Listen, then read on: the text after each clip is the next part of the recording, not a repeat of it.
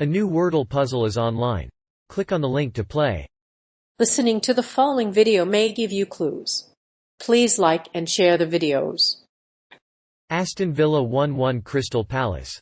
Aston Villa and Crystal Palace played each other in an English Premier League match on Saturday afternoon, and this article will explore the goals scored by both teams.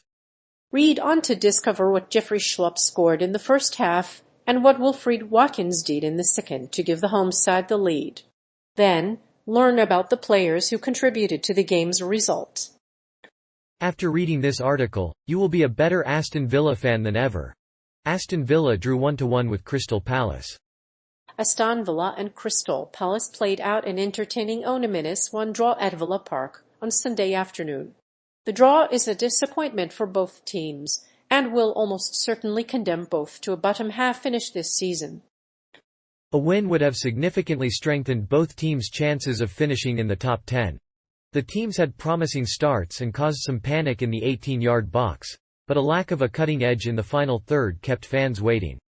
The score stayed level at the end until the closing stages of the match.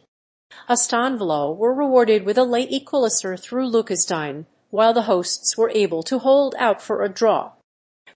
Crystal Palace had a chance to go ahead in the second half but failed to make it count and conceded a late equaliser from a free kick. Then, Villa failed to clear a free kick and the ball was hooked back across goal by Joachim Andersen.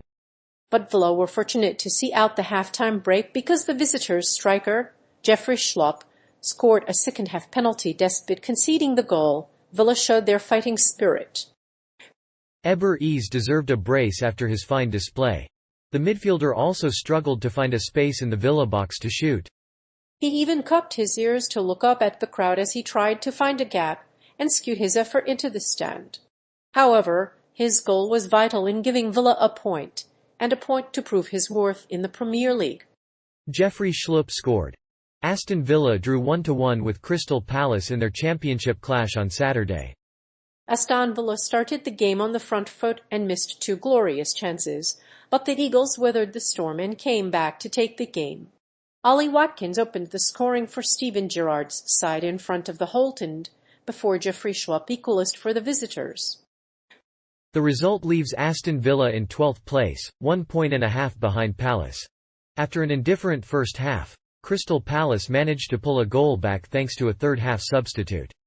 Jeffrey Schlupp came off the bench to equalise the game and earn Palace a point. His goal came 3 minutes after coming on as a substitute, and it was his 7th substitute goal this season, making it the club's most in a Premier League season. In the 78th minute, Nigeria prospect Eberechi Ease was replaced by Ghana international Jeffrey Schlupp. In just 3 minutes, Schlupp headed the ball into the net after turning. After scoring on his debut against Leicester City, Schlupp has now scored 4 goals in the top flight. While he was thought to be out injured, Watkins was not ruled out of this clash and was even booked for protesting the decision. Wilfried Watkins' opening goal. Aston Villa have been in the race for the top 4 for a while and Ollie Watkins is one of their leading lights. In the previous game against Liverpool, Watkins scored a stunning volley, but was denied by the Wolves keeper. However, Watkins was given the chance to score a penalty and convert it, which halved the Villa's deficit. With the game still to play, Villa's defenders were forced to make several adjustments to their defence. The first change was a 3-man backline. Butland was busy in central defence, and he was surprisingly exposed to Villa's attacking play. The two defenders, Klein and Martinez, were particularly resolute, with both of them being able to make a couple of decent saves. Meanwhile, Vieira opted to field a back 3, with Kouyaté on the right side of the central defensive unit. This seemed to stifle Villa's creative influence, and also forced Coutinho to find other ways to impact the game. Aston Villa were cruising in the first half and dominated possession, but Zaw was enjoying the pantomime villain role and was constantly ranting at the referee Chris Kavanagh. The game ended in a draw, but both sides were fighting for all 3 points. The announcement of extra time brought a frantic finish, with both sides chasing the elusive 3 points. Amid frantic defending, Watkins dragged a shot wide from close range. Jeffrey Schlupp's second-half strike. The goal from Jeffrey Schlupp at Crystal Palace was an ideal way to end a miserable night for Eddie Howe's side. The German international, who joined the Eagles from Leicester City for PS 12 million in 2014, scored his first Premier League goal 4 months later. While he has shown plenty of potential in the attacking midfield role, he is more useful as a winger, giving the team more attacking options. He has also played in wide positions, enabling them to field two forwards. Aston Villa started the game on the front foot and had 2 glorious chances to take the lead. But the Eagles weathered the storm well, and grew into the game. Wilfried Zaha opened the scoring for Palace in the 29th minute, but Jordan Ayew's goal was ruled out by VAR as he was offside. But in the 69th minute, Roy Hodgson introduced Schlupp, and he scored his first Premier League goal. In the 78th minute, Schlupp tapped home from close range to secure a 2-0 win. After conceding an early goal, Palace continued to push forward to find an equalizer, and Jeffrey Schlupp's close-range finish earned a point for the Eagles.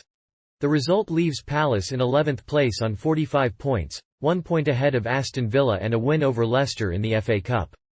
This is an excellent start to the season for Palace, and the midfielder is already one of the Premier League's best players. David Cash's strong saves. During a hectic first half, Crystal Palace defender David Cash made a series of good saves to keep his side in the game. He tipped a low effort by Wilfried Zaha over the bar, but he had no chance of conceding Schlupp's goal.